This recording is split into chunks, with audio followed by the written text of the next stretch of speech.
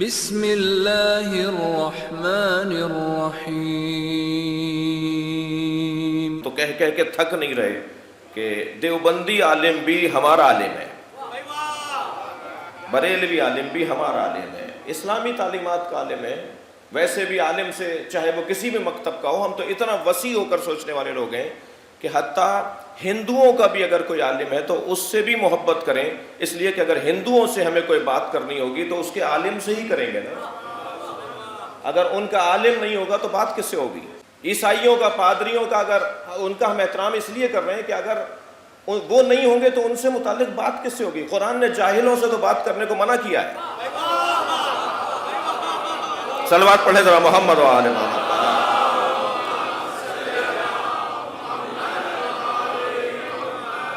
کہو نا ہم اپنے جیسوں کو لاتے ہیں، تم اپنے جیسوں کو لاؤ۔ اب یہاں پر مولا کائنات کو اس انفسنا کی جگہ پر نبی لے کے جا رہے ہیں، بیٹیوں کی جگہ صرف ایک بیٹی کو لے کے جا رہے ہیں، بیٹوں کی جگہ صرف 2 بیٹوں کو لے کر جا رہے ہیں، گنجائش 3 اور 3 سے زیادہ کی ہے۔ بیٹی صرف ایک جا رہی ہے، بیٹیوں کی گنجائش 3 سے زیادہ کی ہے۔ ہم اس بحث میں پڑھنا ہی نہیں چاہتے۔ قرآن مجید کا واضح اور روشن اعلان ہے کہ گنجائش بہت تھی مگر مصداق ایک ہی تھا۔ گنجائش بہت تھی مگر مصداق بھی تو ہو۔ قانون تو عمومی بنایا جاتا ہے، اس قانون پر پورا اترنے والا کون تھا سوائے فاطمہ زہرا کے؟ الا لا نبی بعدی، تمام فضائل میں علی تم مجھ جیسے ہو، سوائے اس فضیلت کے کہ میرے بعد کوئی نبی آنے والا نہیں ہے۔ مجھے گمان ہے اسی ممبر سے نقطن صاحب کا یہ جملہ ہے، وہ فرماتے ہیں کہ یہ بھی جو نبی نے فرما دیا کہ الا لا نبی بعدی، میرے بعد نبی کوئی آنے والا نہیں ہے، علی تمام فضائل میں تم ایسے ہی ہو جیسے موسیٰ اور ہارون ایک دوسرے کے ساتھ تھے، مگر یہ کہ میرے بعد کوئی نبی آنے والا نہیں ہے۔ یہ جو سرکار نے فرما دیا میرے بعد کوئی نبی آنے والا نہیں ہے، اس کا یہ بھی مطلب ہرگز نہیں ہے کہ علی بن ابی طالب کی فضیلت کسی نبی سے کم ہے، بلکہ اس سے مراد یہ ہے کہ اب قلمدان نبوت کی ضرورت نہیں ہے، اب رسالت کی ضرورت باقی نہیں ہے میرے بعد۔ ورنہ اگر علی حضرت ابراہیم کے زمانے میں آتے تو علی بھی نبی ہوتے، نبی ایسے ہی لوگ ہوتے ہیں۔ اگر حضرت ابراہیم موسیٰ کے زمانے میں آتے تو علی نبی ہوتے۔ اب کیونکہ ضرورت نہیں ہے نبوت کی، رسالت کی، اس لیے اس عنوان کو نہیں قرار دیا جا رہا۔ اس بحث میں بھی نہیں جاؤں گا کہ کہا گیا کہ اگر نبی کے بعد کوئی نبی ہوتا تو فلاں ہوتا۔ احادیث کی وضع و ساخت خود پکار کے بتاتی ہے کہ یہ مصطفوی ہے یا جعلی ہے۔ اس بحث میں نہیں جا رہے اگر نبی کے بعد کوئی نبی ہوتا تو فلاں ہوتا۔ یہ حدیث متن کے حساب سے، درایت کے حساب سے مکمل نہیں ہے۔ وَالشَّمْسِ وَضُحَاهَا وَالْقَمَرِ إِذَا تَلَاهَا، قسم ہے سورج کی جب وہ چمکنے لگتا ہے، اور قسم ہے چاند کی جو سورج کے پیچھے پیچھے چلتا ہے۔ سب نے لکھا ہے، اہل دقت نے لکھا ہے کہ یہ ظاہری چاند اور یہ سورج نہیں ہے مراد، یہ ظاہری سورج اور یہ ظاہری چاند مراد نہیں ہے۔ اللہ اس چاند اور سورج کی قسم کھا رہا ہے کہ جو ڈوب جاتا ہے، جو گہن زدہ ہو جاتا ہے، جو بدلیوں میں تبدیل ہو جاتا ہے، جو چھوٹا بڑا ہو جاتا ہے، یہ ظاہری چاند اور سورج کی اللہ قسم نہیں کھا رہا۔ اللہ اس حقیقی سورج اور چاند کی قسم کھا رہا ہے جسے مصطفیٰ اور مرتضیٰ کہا جاتا ہے۔ تمام علماء اہل دقت کا کہنا یہ ہے کہ یہ تفسیر علمی، تفسیر معنوی، تفسیر باطنی یہ ہے کہ یہاں سورج سے مراد نبی مکرم کی ذات ہے اور چاند سے مراد مولا علی کی ذات ہے۔ اور چاند کو سورج کے پیچھے اسی لیے رکھا ہے کہ چاند توانائی لیتا ہی سورج سے ہے، اور چاند کا کام بھی سورج کے پیچھے پیچھے چلنا ہوتا ہے، اس لیے کہ اسے توانائیاں لینی ہوتی ہیں۔ اور یہ منظر ہم دیکھ رہے ہیں کہ میرے مولا فرماتے ہیں کہ میں نبی کے ساتھ ایسے رہتا تھا جیسے اونٹنی کا بچہ اپنی ماں کے پیچھے پیچھے رہتا ہے۔ تو جو قرآن کی روشنی میں سورج ہے وہ چاند کے ٹکڑے کر رہا ہے، اور جو چاند ہے وہ سورج کو پلٹا رہا ہے، تاکہ بتایا جائے یہ 2 نہیں ہے۔ صلوات پڑھے محمد و آل محمد۔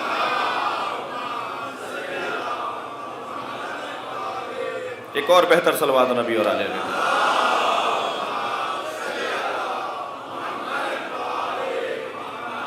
میرے مولا اپنے سینے پہ ہاتھ رکھ کے جن فضائل کا اقرار فرماتے ہیں نا کہ اللہ نے مجھے یہ فضیلت دی، اللہ نے مجھے یہ فضیلت دی، ان میں ایک فضیلت حضرت فرماتے ہیں مصلی الی القبلتین، میں نے دو قبلوں کی طرف نماز پڑھی ہے۔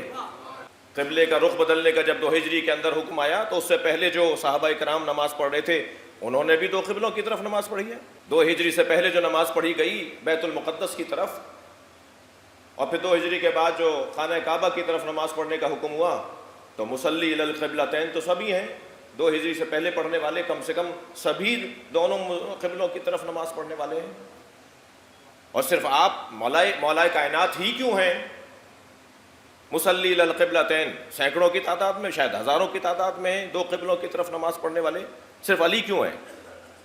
یہ مولا کا اپنا اوپر فخر کرنا، یہ اہل بیت کا تذکرہ کرنا، یہ ائمہ کا بعد میں دہرانا، علی کے فضائل کو، ان میں اس فضیلت کو عنوان گفتگو قرار دینا، نبی اور علی کے علاوہ ایک ہی نماز میں 2 قبلوں کی طرف نماز پڑھنے والے کوئی اور نہیں ہے۔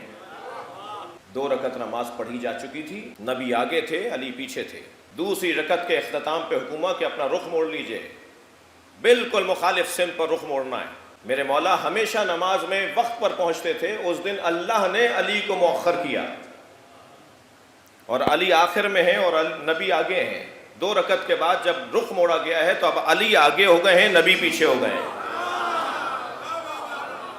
2 رکعتوں میں نبی آگے ہیں، 2 رکعتوں میں علی پیچھے ہیں، 2 رکعتوں میں علی آگے ہیں، 2 رکعتوں میں نبی پیچھے ہیں۔ مصلی الی القبلتین، ایک ہی نماز میں 2 قبلوں کی طرف نماز پڑھنے والا یا نبی ہے یا علی ہے۔ اور عزیزان گرامی، اگر حقیقت محمدیہ اور حقیقت علویہ کے وحدت کا میں قائل ہو جاؤں کہ ان کی حقیقت دونوں کی ایک ہے، تو امت کی وحدت بھی اسی میں مضمر ہے۔ امت کا اختلاف ختم کس عنوان پر ہوگا؟ جب میں مان لوں کہ جو حقیقت نبی کی ہے وہی حقیقت مولا علی کی ہے۔ اور مولا کائنات فرماتے ہیں من عرف نفسہ فقد عرف ربہ، جس نے اپنے آپ کو پہچان لیا وہی تو ہے جو اللہ کو پہچانے گا۔ میں دنوں کا، ہفتوں کا، مہینوں کا اور سالوں کا حساب کیوں کرتا ہوں؟ جو چیز جتنی قیمتی ہوتی ہے اس کا پیمانہ، اس کا ترازو بھی اتنا ہی ظریف اور نازک ہوتا ہے، چھوٹا ہوتا ہے۔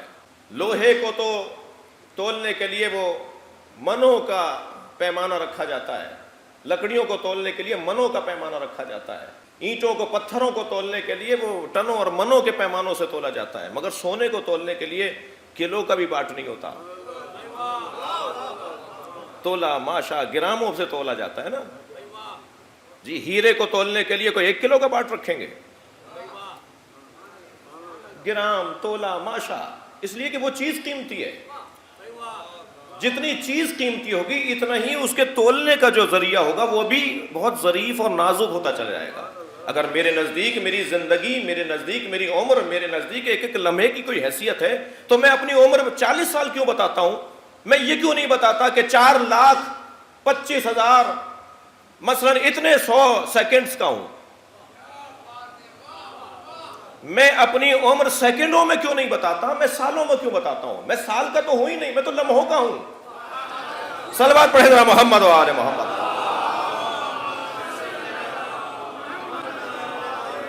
تو کیا میں ان سارے انسانوں کو مصطفیٰ جیسا انسان مان لوں؟ کیا میں سارے انسانوں کے مولا علی جیسا انسان مان لوں؟ کیا یہ انصاف ہوگا؟ کیا یہ صحیح ہوگا؟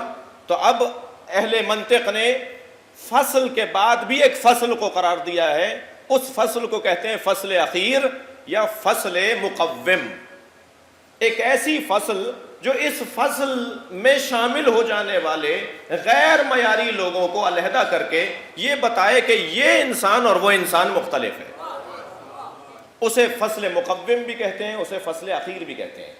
اب الانسان ہوا حیوان الناطق، یہ جنس و فصل بیان ہو گئی، لیکن حیوان الناطق کے بعد اگر میں ایک اور لفظ استعمال کر لوں تو بہت سارے انسانوں سے اس ایک انسان کو وہ ممتاز بنا دے گا، اور وہ ہے حیوان ناطق حامد۔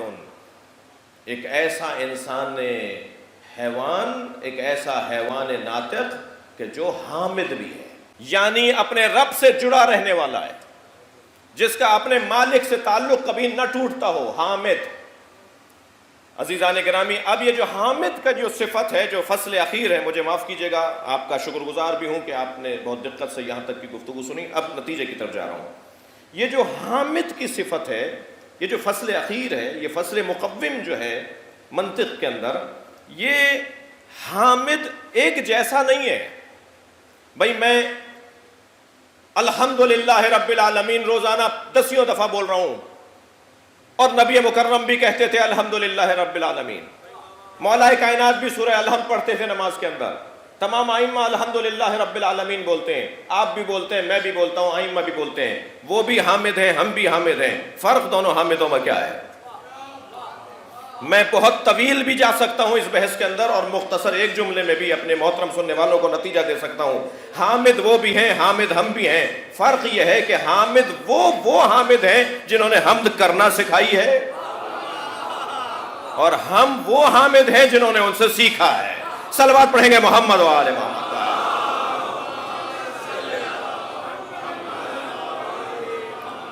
اب وہ حدیث مبارکہ اس جگہ پر حسن پائے گی بیان کے اندر کہ جہاں معصوم ارشاد فرماتے ہیں لولا نحنو ما عبد اللہ، لولا نحنو ما حمد اللہ، اگر ہم اہل بیت نہ ہوتے تو اللہ کی عبادت ہی نہ ہوتی،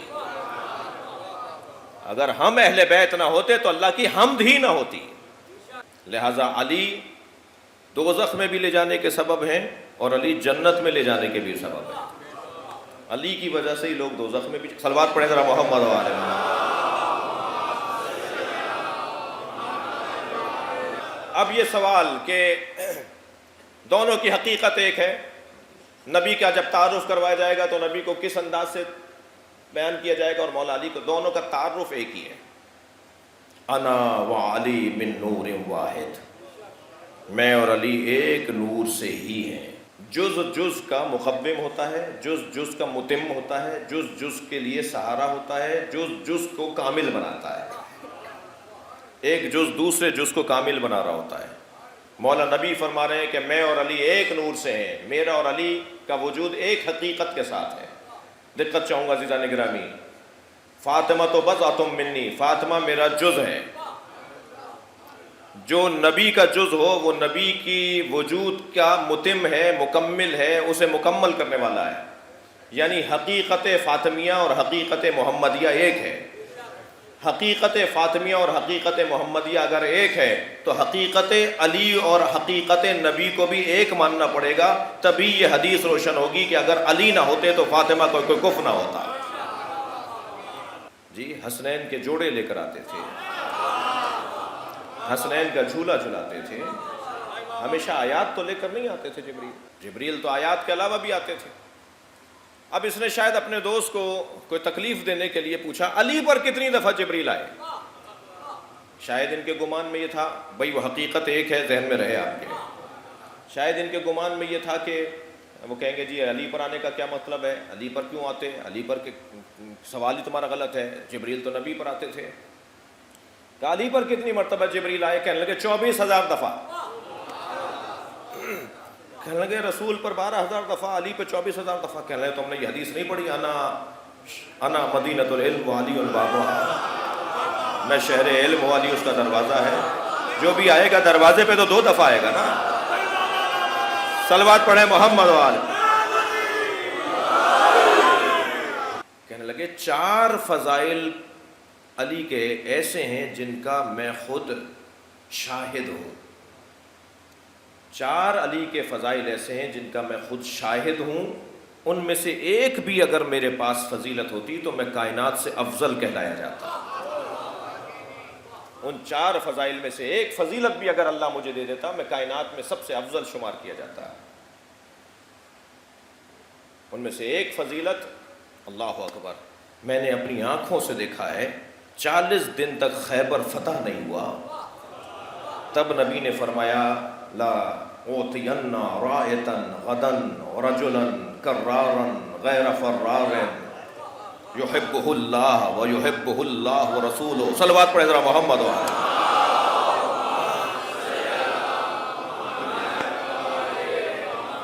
میں نے علی کی یہ فضیلت اپنی آنکھوں سے دیکھی ہے. خیبر کا قلعہ 40 دن تک فتح نہیں ہو پایا. لوگ بڑے بڑے جاتے رہے, بڑے مجاہد جاتے رہے, بڑے پہلوان, بڑے شجاع لوگ جاتے رہے, مگر مارکا مشکل تھا, مارکا سخت تھا, کسی سے وہ مارکا سر نہ ہو پایا.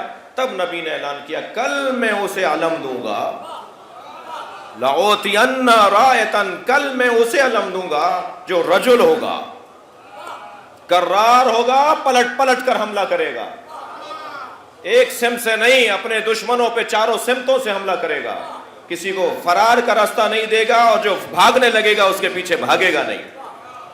کرارن غیر فرارن, وہ اللہ اور رسول سے محبت کرتا ہے. اب میں ایک ایک جملے پر اگر بات کروں گا تو یہاں تبرہ کی بحث شروع ہو جائے گی.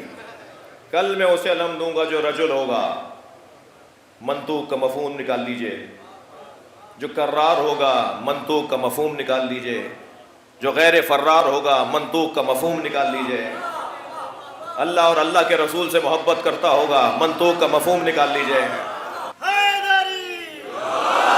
اللہ اور اللہ کا رسول بھی اس سے محبت کرتا ہوگا. اور جب دوسرا دن آیا, وہ سب کے سامنے ہے واقعہ, بڑا حسین باب ہے, تو مولانا نے فرمایا علی کہاں ہے؟ مولا علی نہیں تھے میدان کے اندر, آشوب چشم کی وجہ سے, کہ علی کی آنکھوں میں تکلیف ہے. حضرت نے بلایا, اعجاز نبوت سے مولا علی پہنچے ہیں.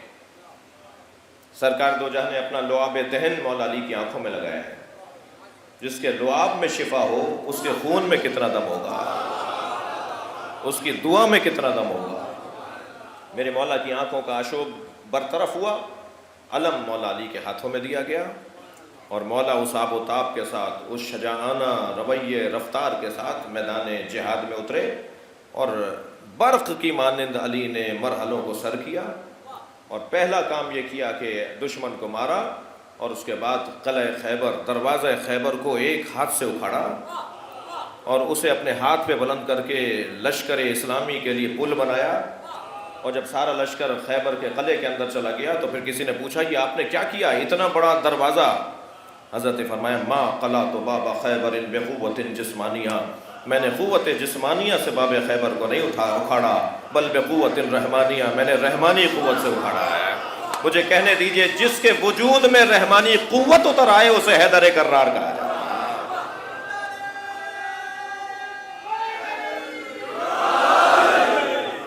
اللہ قدرت الہی کا مظہر, اللہ اکبر. جو جو کی روٹی گھٹنے کے زور سے توڑ کے کھاتا ہو وہ 2 انگلیوں سے باب خیبر اکھاڑتا ہے. اللہ کی مرضیاں مولا علی نے لے لی, اپنا نفس اللہ کے حوالے کر دیا. اب علی کا کچھ نہیں ہے, جو کچھ ہے علی کے پاس وہ اللہ کا ہے, اللہ کا دیا ہوا ہے. علی کا اپنا وجود ہی نہیں ہے, اپنا وجود بیچ چکے ہیں, اور جو اپنے آپ کو بیچ ڈالے, بکی ہوئی چیز پر تسلط اور تصرف جائز نہیں ہوتا. مولا نے رات کی تاریکی میں اپنا وجود بیچ ڈالا. یہ نفس مصطفیٰ کی بات کر رہے تھے, یہ تو نفس خدا ہیں. وہ انفسنا ہے, یہ نفس الہی ہے. نفس الہی کا مطلب ہرگز یہ نہیں ہے کہ عین الہی ہے, ذات الہی ہے, نہیں. اللہ نے اپنے امور, اللہ نے اپنی مملکت, اللہ نے اپنی مرضیاں مولا علی کے حوالے کی ہیں. اللہ اکبر. اب وہ حدیث میرے مولا کی, وہ مناجات کے جملے میرے مولا کے اس مفہوم کے ساتھ جو حسن پاتے ہیں, یا اللہ میرے لیے یہ بہت بڑا فخر ہے کہ تو میرا رب ہے. الہی کفا بی فخرا ان تکون علی ربا, یا اللہ علی کا سب سے بڑا فخر یہ ہے کہ تو میرا رب ہے. الہی کفا بی عزا ان اکون لک عبدا, یا اللہ علی کی سب سے بڑی عزت یہ ہے کہ علی تیرا بندہ ہے.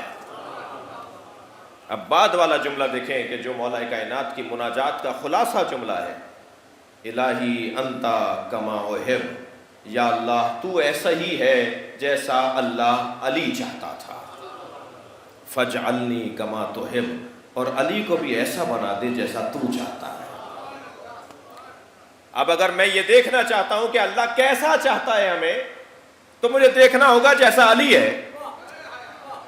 ایسے شجاع بن کر دکھاؤ، علی کے مطابق اپنی زندگی کو گزارو، شجاعت بڑھاؤ، شجاع ہو تو ایسا ہو، سخی ہو تو ایسا ہو، صاحب غیرت ہو تو ایسا ہو، اس لیے کہ اللہ علی کو چاہتا ہے۔ اللہ کی صنعت کو علی کہا جاتا ہے۔ مجھے معاف کیجئے گا، اللہ نے ہمیں خلقن تو خود بنایا ہے، خلقن ہمارے حوالے کیا ہے۔ خلق اور خلق زبر اور پیش کا فرق نہیں ہے، زمین آسمان کا فرق ہے۔ ہم سب کو اللہ نے بنایا ہے، اس میں کوئی دو رائے نہیں ہے، مولا علی کو بھی اللہ نے بنایا ہے، لیکن خلق ہمارے حوالے کیا ہے۔ خود بن کر دکھاؤ، علی وہ ہے جسے خود اللہ خلق بھی کرتا ہے، اخلاق بھی علی کے خود اللہ بناتا ہے۔ یہ جو منظر میں اپنی آنکھوں سے دیکھ رہا ہوں، ایک وقت ایسا بھی آیا کہ میرے مولا نے اپنے مناجات میں کہنا شروع کیا، یا اللہ وہ رات کب آئے گی جس کے رات کا مجھ سے وعدہ کیا گیا ہے۔ میرے مولا گزشتہ دن جو گزرا اور افطار کیا اپنی بیٹی کے گھر، یہ جو رات گزری ہے، آج جو صبح آئی، مولا اپنے گھر سے نکلے ہیں مسجد کوفہ کے لیے، سجا کر اپنے آپ کو امامہ رکھ رہے ہیں، کمر میں ایک پٹکا باندھ رہے ہیں، عبا لے رہے ہیں، نالینیں پہن رہے ہیں۔ علی بن ابی طالب خوشی خوشی گھر سے جا رہے ہیں، جیسے بہت عرصے سے ڈھونڈنے والی شے جسے ڈھونڈ رہے تھے وہ مل رہی ہے علی کو۔ جب نکلنے لگے تو مرغابیوں نے رستہ روکا، دروازے کی زنجیر نے کمر میں لپٹ کے علی کو روکا۔ سنیں گے کیا فرمایا؟ بی بی ام کلثوم کو دیکھ کر فرمایا، ام کلثوم تیرا تو سارا گھر مجھ پہ نوحہ پڑ رہا ہے، یہ در و دیوار مجھ پہ نوحہ پڑ رہے ہیں۔ گئے ہیں میرے مولا مسجد کے اندر، نماز صبح صادق سے پہلے صبح کاذب کا وقت ہے، میرے مولا نے اہتمام کرنا شروع کیا، کچھ لوگ سو رہے تھے انہوں نے اٹھایا، ان میں سے ایک ابن ملجم کو بھی اٹھایا۔ 1000 درہم کی تلوار خریدی ہے، اسے آگ میں جلا جلا کے زہر میں بجھا رہا ہے، نیت یہ ہے کہ جب ضربت لگے تو علی بچنے نہ پائے۔ میرے مولا مصلی عبادت پر پہنچے، صفیں درست ہونے لگی۔ عزادارو، تمام چاہنے والے اور تمام کوفے کے رہائشی اور انسان مرد تمام لوگ وہاں موجود ہیں جو نماز کے اندر حاضر ہیں۔ نماز بھی فجر کی ہے، ماہ رمضان کی ہے، افضل ترین مہینہ، افضل ترین عبادت، اللہ کا گھر ہے۔ علی نے پہلی رکعت کا پہلا سجدہ مکمل کیا۔ علی سر اٹھانا چاہتے تھے کہ ایک فضا میں تلوار بلند ہوئی۔ اجرکم اللہ، اجرکم اللہ، جنہیں رونا آ رہا ہے اپنی آوازوں کو آزاد رکھیں گے، اللہ آپ کو اس کا اجر و ثواب عطا فرمائے۔ ایک تلوار فضا میں بلند ہوئی، وہ جب زمین کی طرف آئی ہے تو علی کے سر کو توڑ ڈالا۔ آواز آئی، فزت ورب الکعبہ، رب کعبہ کی قسم علی کامیاب ہو گیا۔ ہاتف غیبی کی آوازیں بلند ہونے لگی، الا قد تحطمت ارکان الہدی، ارکان ہدایت گرا دیے گئے، امیر المومنین کو مار دیا گیا، سیاہ آندھی چلنے لگی، زلزلہ آنے لگا کوفے کے اندر۔ میرے مولا حسن آگے بڑھے، آواز دے کر کہا، بیٹا نماز مکمل کرواؤ، بیٹا نماز مکمل کرواؤ۔ امام حسن نے نماز مکمل کروائی۔ میرے مولا علی کو محراب کی دیوار کے ساتھ بٹھا دیا گیا، حضرت بیٹھے رہے۔ جیسے ہی نماز مولا حسن نے مکمل کروائی، آگے بڑھ کر بابا سے پوچھا، بابا، فرمانے لگے، پہلے مجھے اتنا بتاؤ میری داڑھی رنگین ہوئی یا نہیں؟ میرے خون سے میری داڑھی رنگین ہوئی یا نہیں؟ فرمایا، بابا آپ کی داڑھی رنگین ہو گئی۔ کہا، حسن میں اب اس زخم سے اچھا نہیں ہوں گا، تمہارے نانا نے مجھے بتایا تھا تمہاری شہادت کیسے ہوگی۔ ایک مرتبہ ابن ملجم دوڑا اسے پکڑنے کے لیے، کچھ صحابی گئے اور اس کو پکڑ کر بھی لے کر آئے۔ میرے مولا کو سہارا دے رہے تھے صحابہ کرام۔ امام حسن آگے بڑھے، امام حسین، عجیب منظر تھا۔ میرے مولا حسن نے، مولا حسین نے ایک جانب سے، مولا حسین نے دوسری جانب سے بابا کو اٹھایا، 4 قدم چلے، فرمان لگے مجھ سے چلا نہیں جا رہا، مجھے زمین پر بٹھا دو۔ میں کہوں گا، مولا آپ کا حسین کربلا میں علی اکبر کا لاشا اٹھائے گا، آپ کا حسین علی اصغر کا لاشا اٹھائے گا، بار بار زمین پر بیٹھے گا۔ بیٹا حسن مجھ سے چلا نہیں جا رہا، بیٹا حسین مجھ سے میرے قدم نہیں اٹھ رہے۔ بابا کو پھر زمین پر بٹھا دیا، ایک قالین پھیلایا گیا، مولا کو اس پہ لٹایا گیا، چاروں سمتوں سے مختلف لوگوں نے اس قالین کو اٹھایا، مولا کو اٹھا کر لے کے چلنے لگے۔ امام مولا علی نے کیا دیکھا کہ امام حسن کی آنکھوں میں آنسو ہیں، آواز دے کر کہا بیٹا حسن گریہ کر رہے ہو؟ خبردار، تمہیں امت سنبھالنی ہے، تمہیں نانا کا دین سنبھالنا ہے، حوصلہ کرو۔ جو حق کی خاطر جیتے ہیں، جو سچ بولتے ہیں، جو صحیح بولتے ہیں، جو ایسی زندگی گزارتے ہیں حق اور سچ والی، انہیں یہ دن دیکھنا پڑتے ہیں۔ امام حسن کو بیٹا گریہ نہیں کرو، بیٹا گریہ نہیں کرو۔ ایک نگاہ میرے امام حسین کی طرف گئی مولا علی کی، امام حسین کو دیکھا تو آنکھوں میں آنسو تھے، حسین کی آنکھوں میں آنسو تھے۔ فرمان لگے حسین تمہارا رونا تو تمہاری ماں کو بھی برداشت نہیں تھا، تمہارا گریہ تو تمہارے بابا کو بھی برداشت، تمہارے نانا کو بھی برداشت نہیں تھا، خبردار حسین گریہ نہیں کرو، خبردار حسین گریہ نہیں کرو۔ مولا عباس کی طرف نگاہ گئی، عباس رو رہے تھے، عباس تم بھی رو رہے ہو؟ عباس نہیں رو، محمد حنفیہ نہیں رو، سارے رستے جو بیٹوں سے کہتے رہے نا نہیں رو، بیٹا حسن گریہ نہیں کرو، بیٹا حسین گریہ نہیں کرو، عباس خبردار آنکھوں میں آنسو نہ لاؤ، سارے رستے بیٹوں سے کہتے رہے گریہ نہ کرو، گریہ نہ کرو۔ جیسے ہی گھر میں داخل ہوئے، زینب کو آتے ہوئے دیکھا، علی خود رو دی ہے، علی کی آنکھوں میں آنسو آنا شروع ہوئے، زینب کے سر کو سینے پہ رکھا، بہت دیر بچی کو لپٹا کے روتے رہے، اے میری زینب یہی کوفہ ہوگا، تمہارے سر پہ چادر نہ ہوگی۔